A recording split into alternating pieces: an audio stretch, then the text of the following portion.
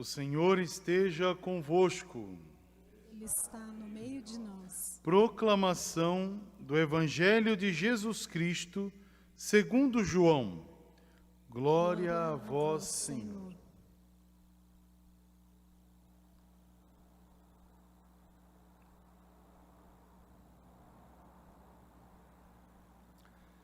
Naquele tempo, Jesus ergueu os olhos ao céu e disse: Pai, chegou a hora, glorifica o teu Filho, para que o teu Filho te glorifique a ti, e porque lhe destes poder sobre todo homem, ele dê a vida eterna a todo aquele que lhe confiaste.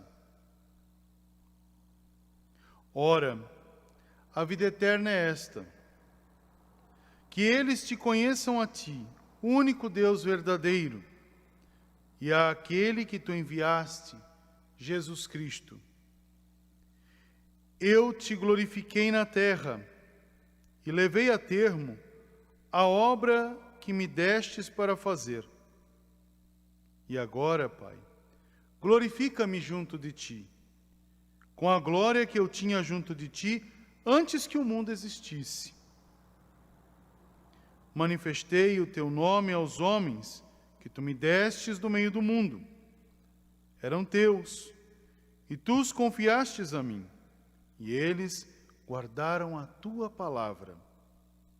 Agora eles sabem que tudo quanto me deste vem de ti, pois dei-lhes as palavras que tu me deste, e eles as acolheram, e reconheceram verdadeiramente que eu saí de ti, e acreditaram que tu me enviaste. Eu te rogo por eles. Não te rogo pelo mundo, mas por aqueles que me destes, porque são teus. Tudo o que é meu é teu, e tudo o que é teu é meu, e eu sou glorificado neles. Já não estou no mundo, mas eles permanecem no mundo, enquanto eu vou para ti. Palavra da salvação. Glória a vós, Senhor. Que a palavra do Santo Evangelho perdoe os nossos pecados. Amém. Podemos sentar. Queridos irmãos e irmãs, nós estamos vivenciando a 7ª semana desse tempo pascal, e é interessante porque agora nós estamos correndo rumo a Pentecostes, essa certeza, essa ação grandiosa do Espírito Santo em nós. Como é importante essa presença do Espírito Santo, não é verdade?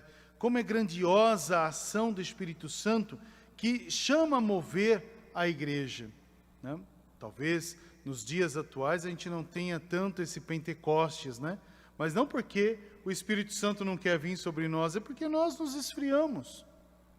Nós perdemos muitas das vezes aquele elan, aquela força, aquele desejo de Deus, porque ficamos presos aos desejos do tempo, às ações do tempo, que aqui no texto que João coloca para a gente vai chamar de mundo. Interessante o fato. Veja aqui o momento. Nós estamos com João 17, e aqui nós estamos tendo o diálogo de Jesus Cristo com o Pai. E é o último diálogo que ele vai ter antes da cruz. Esse texto é chamado Testamento de Jesus. É o testamento que ele deixou. E é bonito toda a ação porque, primeiramente, dá uma realidade de finitude. Deus está entregando, né? Jesus está entregando ao Pai, então Deus Filho entrega a Deus Pai, um balanço de tudo aquilo que ele fez, de todas as realidades que aconteceram. Talvez eu ou você não tenhamos essa coragem, mas Jesus teve.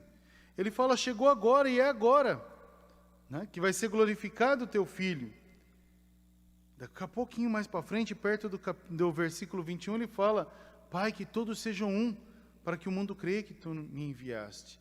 Dei-lhes a conhecer tudo, dei-lhes a conhecer o teu nome.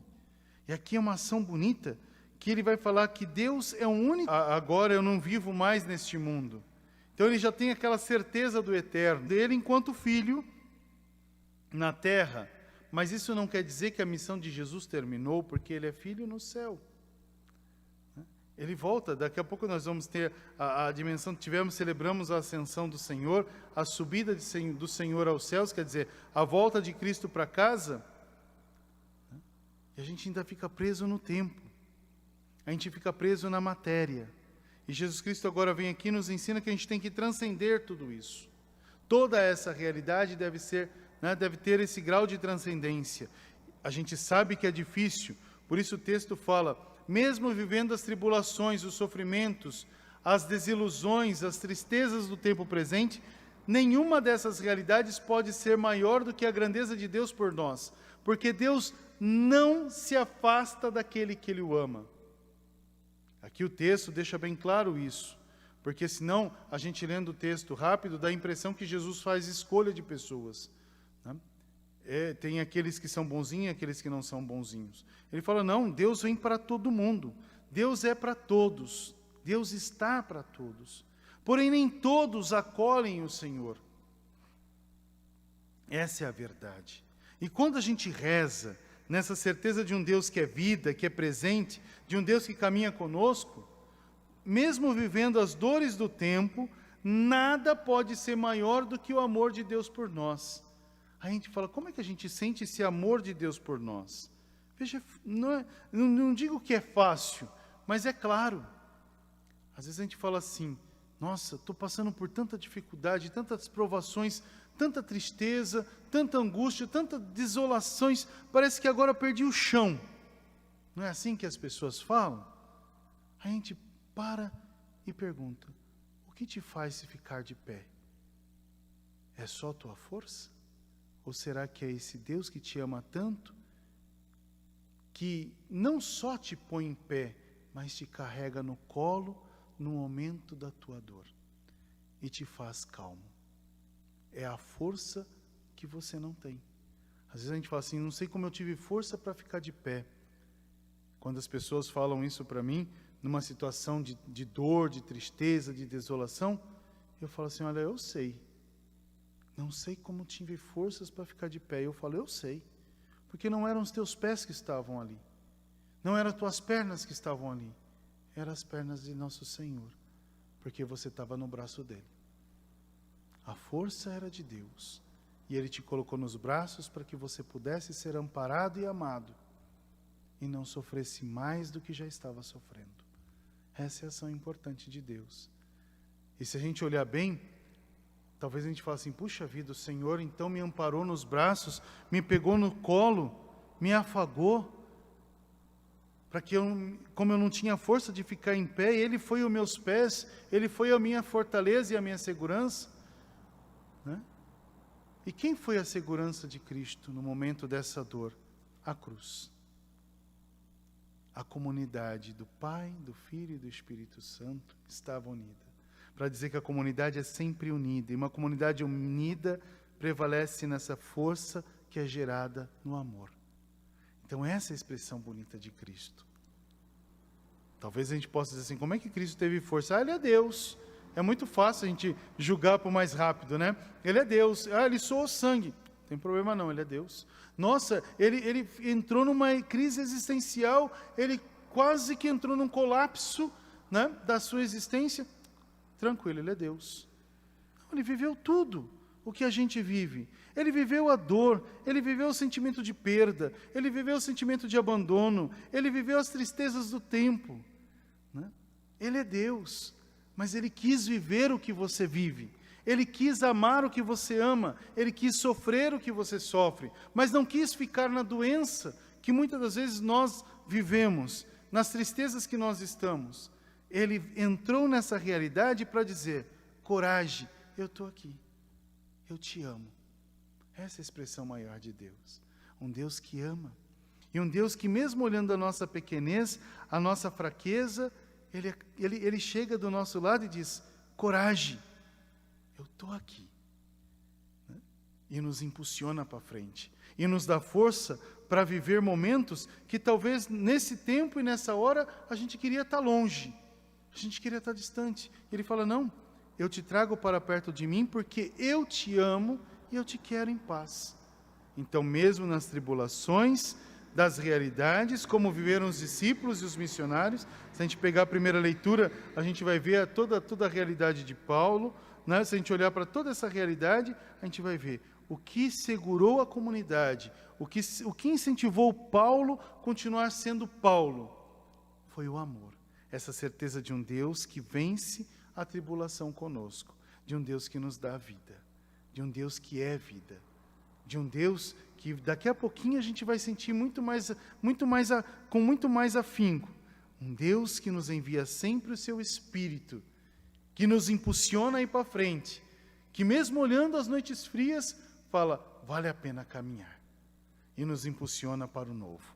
Então que a gente possa abrir o nosso coração e se preparar para verdadeiramente viver esse novo Pentecostes.